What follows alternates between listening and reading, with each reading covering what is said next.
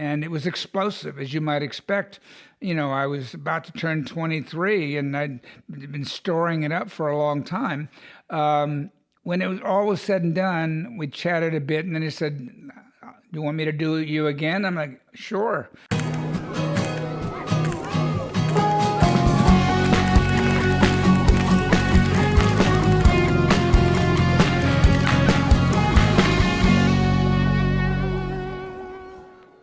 Hi, this is Mike Balaban. Welcome to another episode of BAMMER Tales. Before I get into today's episode, I want to refer to an early segment that I recorded 3 years ago, BAMMER Tales number 3, which I entitled My First Sexual Encounter. And in point of fact, upon rethinking my history, it was actually my second sexual encounter. So today I'm going to cover the first one. Just backtracking a little bit, the second one that was in episode number 3 recounted how when I was just about to turn 23 years old in grad school at Tufts University in Boston, I still didn't know if I was gay or not, and I had no idea of how I might figure that out. I knew I was attracted to men. I hoped it was a phase, but it never seemed to let up, so I was beginning to fear it wasn't. But how do I know if I'm gay or not?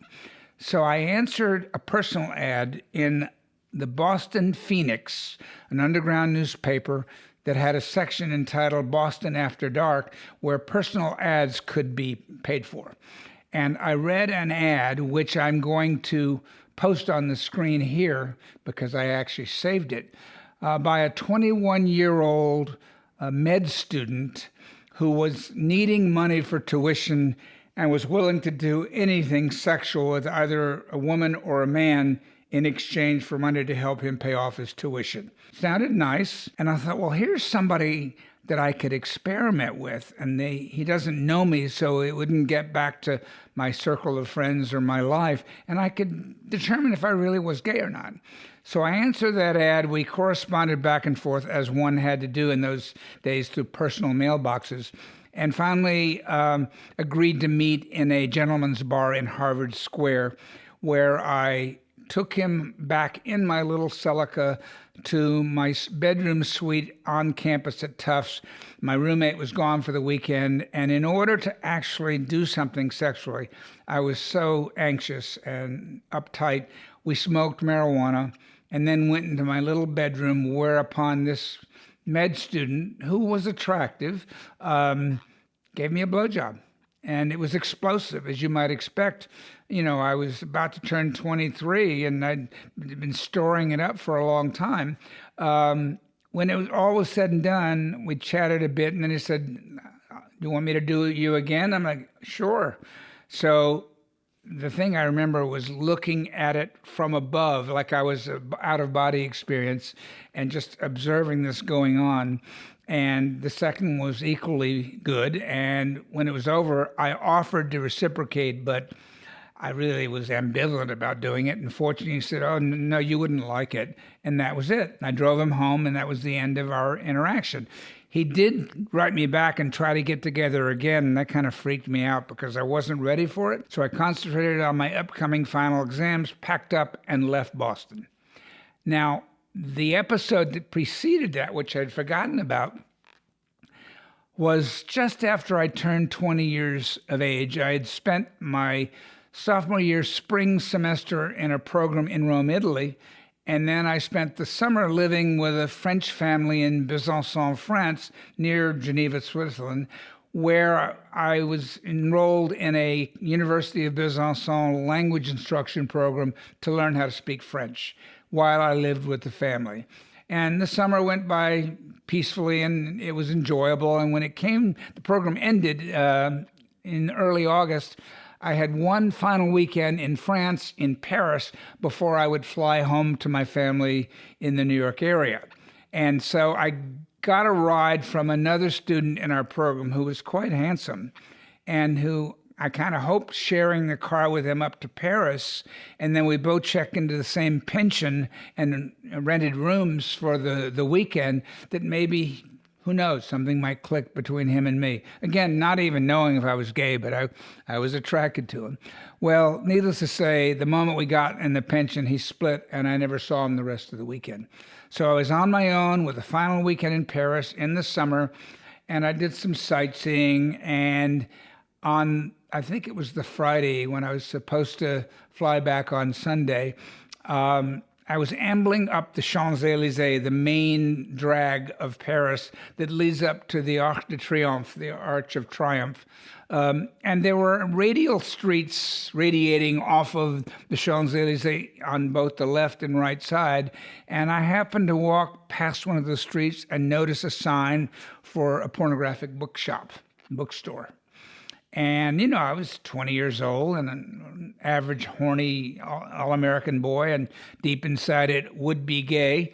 So I walked into the bookshop and I moseyed around looking at the various things. But, I was angling to find where the male section was, this not yet gay boy who wanted to be gay. And I should say, I wasn't a boy, I was a young man. I was quite attractive. I was having finished my sophomore year, I played, varsity football for the Brown University team that preceding fall. So I was not anyone to sneeze at. And I walked into the store, I looked around, I found the section with men's magazines, and I was poring through some of the choices when I noticed the shadow of someone walking up behind me and on my back shoulder. So I turned around, and it was one of the bookstore employees. And he said to me in French, "Il y a des films en bas." And I'm like, "What? Excuse me? Il y a des films en bas." Oh, there are films downstairs. Merci beaucoup. And he had pointed over to an opening where a stairway descended from the ground floor to the basement. It was all carpeted, and when you got to the bottom, that area was carpeted as well. So I went there, and I noticed there were maybe 6 or 8 stations where you could watch videos on these screens, for which you had to put a couple of coins in a slot, and then you could watch. And I was trying to figure out how to work it when I noticed the guy who had spoken to me came down the stairs, came up to me, pulled out some coins from his pocket, put them in the slot for me, and I'm like, "Oh, merci beaucoup." And I leaned my head forward to look into the slot as the film began. And I also happened to notice when he came over to me that another guy, came and stood on the stairwell. It was one of his colleagues from the bookstore, to make sure that no one else came down and interrupted us. But I didn't know what was going on. So I'm looking at the beginning of this movie, and all of a sudden I feel a hand on my crotch.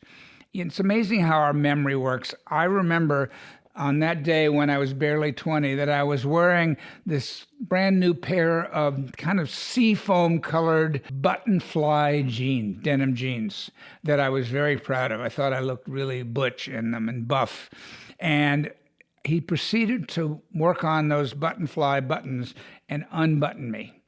And I was shocked. I had no expectation of this. I'd never done anything like this. I don't know if I even wanted this, but it happened so quickly that I was kind of paralyzed, halfway between anxiety and fear on the one hand and excitement and interest on the other.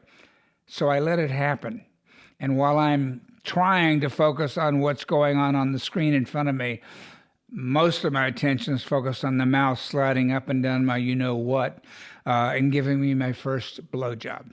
When he finished, he backed away, and I proceeded to try to quickly button up my button-fly jeans, and shortly thereafter sped up those stairs and out the front door of the bookshop to a bench on the sidewalk near the entrance onto the Champs-Élysées, where I sat there just poring over what had just happened and actually feeling nauseous. My distaste for the idea of gay sex, which had been drummed into my head through a childhood of growing up in homophobic southern religious parts of the United States, was pretty strong. And despite my horniness and my hormones leading me towards gay sex, my mental balance was directed away from it. And so these two warred with each other in my body, and I didn't throw up, but I was very close to it. I was so unnerved by the encounter, pleasure notwithstanding, that I went to the box office for a Broadway show that was touring Paris that I had planned to see. I had bought tickets for Saturday night. This was Friday. It's called O Calcutta, and its claim to fame was the first Broadway show, or maybe show anywhere in the world, where the entire cast was naked throughout most of the show.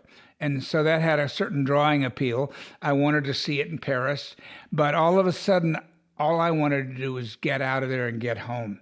So I went to the box office, exchanged my tickets for Saturday evening for tickets that evening, Friday night, called up the airline or walked to the airline office and changed my ticket and flew home a day early the next day to get as far away from the scene of that crime as I could. So that was my first sexual encounter, preceding by 3 years, the one with the young guy I met through the want ad. And just to be accurate and authentic, I wanted to set the record straight on that. What was your first experience like? Did you have something like my first one or my second, or was yours different? Please weigh in with your comments. Let me know what you think. Thanks for listening to another episode of BAMMER Tales. I would appreciate it if you don't already, if you hit the subscribe button and joined my page, and I would look forward to seeing you in the future. Thank you. Bye-bye.